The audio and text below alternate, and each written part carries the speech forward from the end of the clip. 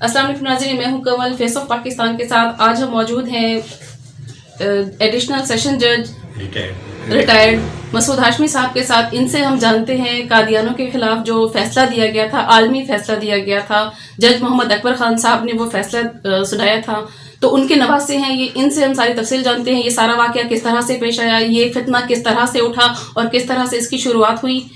ہم ان سے ساری تفصیل جانتے ہیں. سر ہمیں مختصر طور پہ سارا قصہ بتا دیجیے. اس میں تھینک یو بین، آپ تشریف لیں، آپ نے یہ موقع دیا. اس میں میں نے پہلے عرض کیا کہ یہ ایک فتنہ اٹھا تھا جب ایک خاتون تھی، اس کا نام عائشہ بی بی تھا. وہ ڈیرہ غازی خان میں اپنے والدین کے ساتھ رہتی تھی، بڑی مذہبی گھرانے سے تعلق ہوتی. اس کا باپ بہت بڑا مدرس تھا. ڈیرہ غازی خان کے ایک علاقے موضع میں، ایک بستی میں، وہاں ایک مدرسہ چلاتا تھا. بہت اچھا عالم دین کہہ سکتے ہیں اسے. اس کی بیٹی، اس کا بھتیجا تھا رشتے میں شخص، اس کا نام اب مجھے یاد نہیں ہے، وہ ہے ریکارڈ پہ ہے، اس فیصلے میں بھی ہے لکھا ہوا.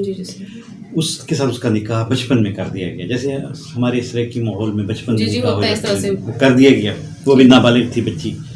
جب وہ بڑی ہوئی تو ہمارے لاء میں یہ ہے کہ فیملی لاز میں کہ جب بڑی بچی ہو جائے، بالغ نظر ہو جائے، بالغ ہو جائے، پیوبرٹی اٹین کر لے، تو اس سے وہ پھر اس کی مرضی ہوتی ہے کہ اس نکاح کو قائم رکھے یا اس کو ڈیزالو کرے. اس کو مختلف جگہوں سے، کارنر سے، رشتہ داروں سے، اس کے قریبی عزیزوں سے پتہ چلا کہ یہ مرتد ہو گیا ہے، مرزائی ہو گیا لڑکا. مختلف لوگ بہانوں سے اس کو پتہ کرایا. اس نے اپنے والد سے یہ شکایت کی. اس نے کہا میں یہ نکاح نہیں کرتی، میرے یہ مرزائی ہو گیا ہے اور یہ اس طرح ہے. تو اس کا باپ بھی اس کی بات نہیں مانتا تھا. خیر بعد میں اس نے، باپ نے بھی اپنے طور پہ وہ کیا، تو باپ کہے کہ یہ تو کہیں سے بھی کوئی کافر کیسے ہو سکتا ہے، یہ تو مسلمان ہے، تو وہ اس طرح نہیں، عقیدے میں فرق ہے. نہیں یہ تو ہے. بہت سارے علماء دین کو اکٹھا کیا گیا، اس نے وہاں کے پتہ کیا. خیر اس طرح جب اس نے انکار کر دیا تو پھر جھگڑا بڑھ گیا ود ان انٹرسیڈ فیملی. ایک قسم کے خاندانی جھگڑا کی صورت میں، اور ایک سیکیورٹی کا مسئلہ بن گیا، سیکیورٹی ہیزرڈ بن گئی یہ بات. اس نے پھر وہاں سے باپ کو کہا کہ نقل مکانی کریں، یہاں سے مہربانی کریں، میں یہاں نہیں رہ سکتی. وہ ان کو لے کے اس کی بات مانی تو احمد پور موضع دائم والا میں آ گئے. وہاں کا جو ذمہ دار تھا، بہت بڑا نمبردار، انہوں نے وہ گھر لے دیا، اپنا ایک گھر دیا اس کو، ایک جگہ دی مدرسہ کھولنے کے لیے، زمین دی. اس نے مدرسہ کھولا وہاں، اس کی فائنینشیل ایڈ کی. وہ بچی وہاں آ گئی، بچے سارے آ گئے. وہاں آ کے اس نے وکیلوں سے، باپ سے کہا کہ میں تو نکاح میں نہیں رہتی. انہوں نے پریشر شروع کر دیا کہ ہمیں رخصتی ہم کرنے آ رہے ہیں، تو یہ ہماری بیوی. اس نے کہا یہ تو نہیں ہو سکتا. جب اس طرح معاملات بڑھنے لگے تو اس نے کہا آؤ پھر عدالت چلتے ہیں. وہ اس کو عدالت لے گیا، وکیل بھی مقرر کروایا. اس نے کیس کر دیا تنسیخ نکاح کا، جوڈیشل ڈائیورس کا. وہ نہ ہوئی. اس نے سول جج نے اس کے حق میں نہ کیا. مرزائی تو کیا ہے، کہیں بھی ان کو کافر دکھا، نعوذ باللہ نہیں ہے. کیونکہ اس وقت وہ جج انگلش مینٹیلٹی کا جج تھا. پھر اس کے بعد اپیل ہوتی ہے ڈسٹرکٹ جج کے پاس، ڈسٹرکٹ جج سپیریئر کورٹ ہوتی ہے، اس کی اپیل اس کے پاس ہوتی ہے. اس کے پاس آئی، وہ انگریز جج تھا یا ہندو تھا، اس کا بھی ٹرانسفر، اس کے پاس لگی اپیل، فکس ہوئی، وہ ٹرانسفر ہو گیا اس کا. پھر نانا جان جج اکبر صاحب تشریف لائے. اللہ تعالیٰ نے یہ کام ان کے ہاتھ میں لکھا ہوا تھا. انہوں نے اس کی پوری سماعت کی. تو سماعت میں انہوں نے کہا جی میں ایسے سماعت، آرڈینری سماعت نہیں کروں گا، میں پورے علماء دین کو بلاؤں گا.